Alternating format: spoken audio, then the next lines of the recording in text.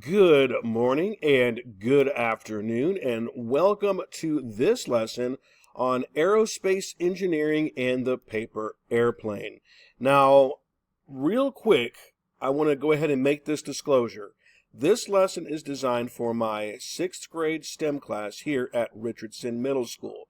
And the content will be delivered for the 6th grade. So if you're looking for anything beyond middle school STEM, probably need to look elsewhere, right? But the reason that I'm doing this lesson in STEM is because it really deals with the physical sciences. You see, the word aerospace there comes from two different things. Aero, like airplane, right? Aero, right? Dealing with how things work in the atmosphere. And space, well, that's the atmosphere of the world, or the layer of stuff, the air around the globe itself. And this also has to deal with engineering. So we'll be introducing you to some engineering ideas and concepts and dive slightly into the more technical things at the middle school level.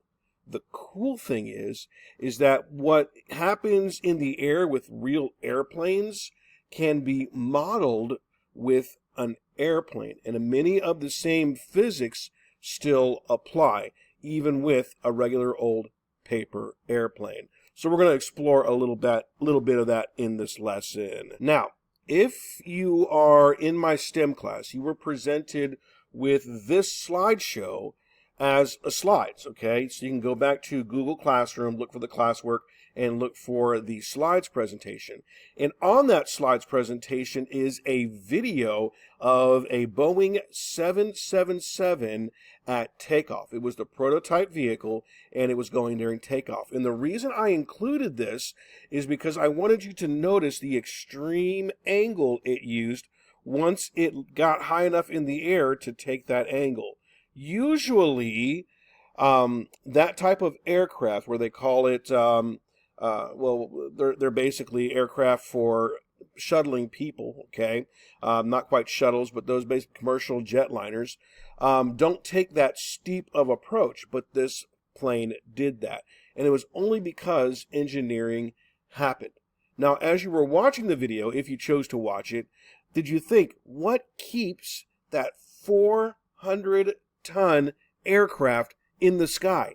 And how does it stay there and not fall to the forces of gravity? Because we learned a while ago that Earth creates a field of gravity that draws things towards it. The moon has its own field. The sun has its own field of gravity that pulls things towards it. So why don't airplanes fall out of the sky? What keeps them there? Okay? Hopefully you were thinking to yourself that question. Now, what we're going to look at is how do different designs and features affect the flight of an object? What results will other groups find with their findings, and are their findings useful? And that's especially when we get into our paper airplane part. And what is important to know about the science of aeronautics? All right, and this course covers various standards, and this is just a small list to show that we are covering information that is required by the state. Now, there are 4 forces that happen during flight, okay? And these are always happening during the flight of an airplane, okay? Now, I'm talking when it's already in the air, okay? You got gravity, thrust, lift, and drag. Now, if you notice here, I used an image of a paper airplane, okay, to show you that the same physics that apply to the big commercial jetliners, as you saw with that 777, okay, apply here. You see, lift, I think I'm going to explain in the next video, pulls the airplane up. Gravity wants to pull the airplane down. Thrust wants to keep it moving forward, and drag, or that resistance to air, wants to slow it down. Simple changes like wing size, weight, and even the thrust, how you throw the airplane as opposed to how it's being continuously propelled, can significantly alter what the plane experiences. Even little shifts in the wind, or a dry day or a wet day, can make a big difference. All right, so lift. Alrighty. Let's do this real quick. I have a piece of paper here. And what lift is that's what causes something to rise. Okay, you have a steady rise in something. Whenever you have steady rise, you have lift. Now, it used to be that you would have to use hot air, which is less dense than cold air. You'd put that into a balloon, and that would allow things to rise. You saw that with uses in blimps and some other things, right? Hot air balloons and what have you.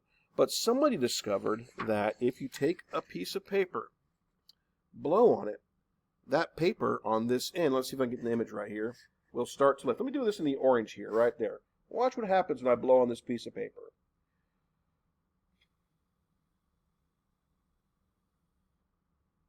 All right, did you see where it started to kind of lift up a little bit?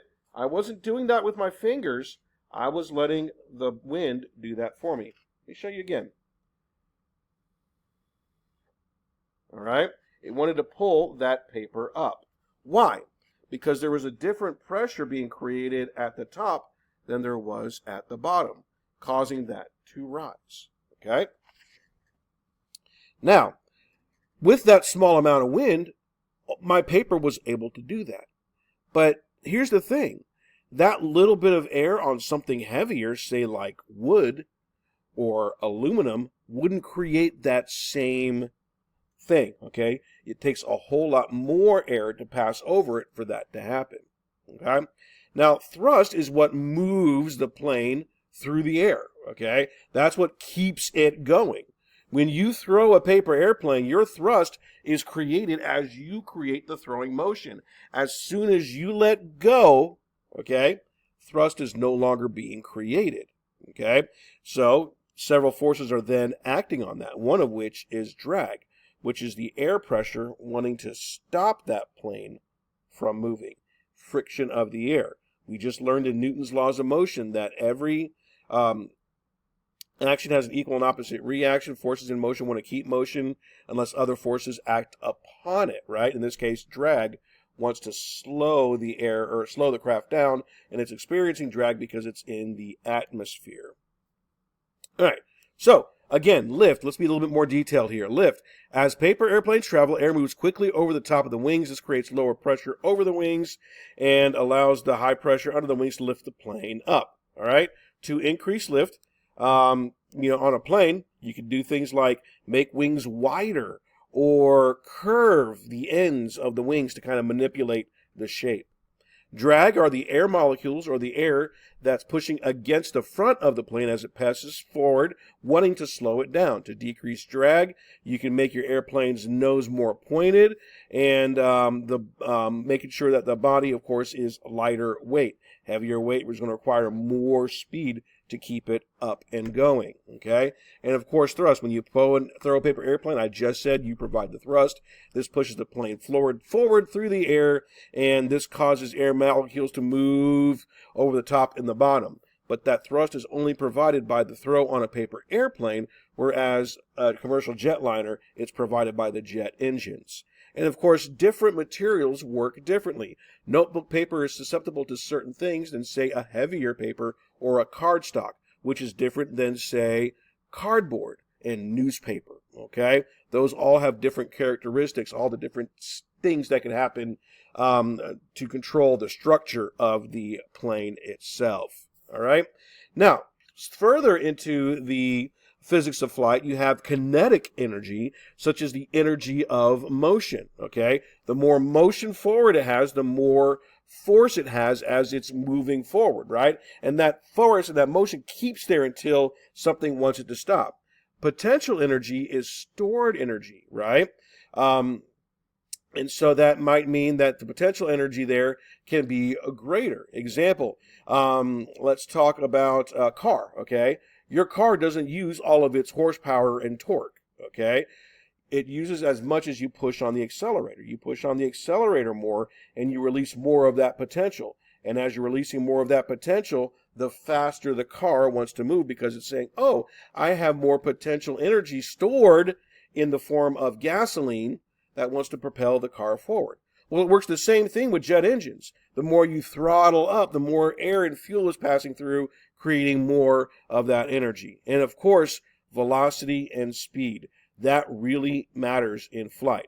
The reason paper airplanes work is because they have good structure on a very lightweight material. They don't have to go very fast to work very good. In fact, with some of the materials, if you throw it too hard, the paper will actually crumble up on you and kind of no longer be formed the way it needs to for good flight. Using a thicker material sometimes helps with that, okay? And of course, velocity, direction, speed, that all matters. Now, as I said before, paper airplanes can be a good model for what happens in the air. Now, obviously, the paper airplane here is not your F-22 or whatever this thing is, right? This Raptor, I think it is. Or is that an Eagle? You guys can tell me later. I think it's an F-22. There's no full-time propulsion. This isn't carrying a pilot. This isn't carrying a load. It's not jet propelled, okay? It's not, well, it might be stealthy to a certain point, okay? This is designed for something entirely different, but the same principles that apply here apply here. This thing needs lift. It has to combat drag, creates thrust, and has to battle the forces of gravity. Further, this is really key, all right? The same concepts that apply here with the Falcon here, right, apply here. In fact, if you look at several of the airplanes that are out there and compare them to birds, there are very similar shapes and designs.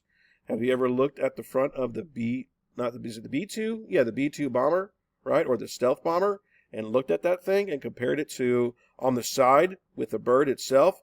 Very, very similar in structure and design. It says this, almost the engineers said, hey, let's look at birds and create something that's like a flying wing. And they modeled the bird to create that particular airplane. Okay? So, there you go. Same concepts, different origins. So, if you've come to this part of the lesson, there is a quick activity that asks you several questions on Google Classroom. It's called Activity 1. Should be really, really easy, but I'll give you a clue if you need to refer to that, right? Check out that. That should help you out, and if you don't know what all that means, go here and here. Thank you so much for watching, and when we get to our next lesson, we're going to be folding our first paper airplanes.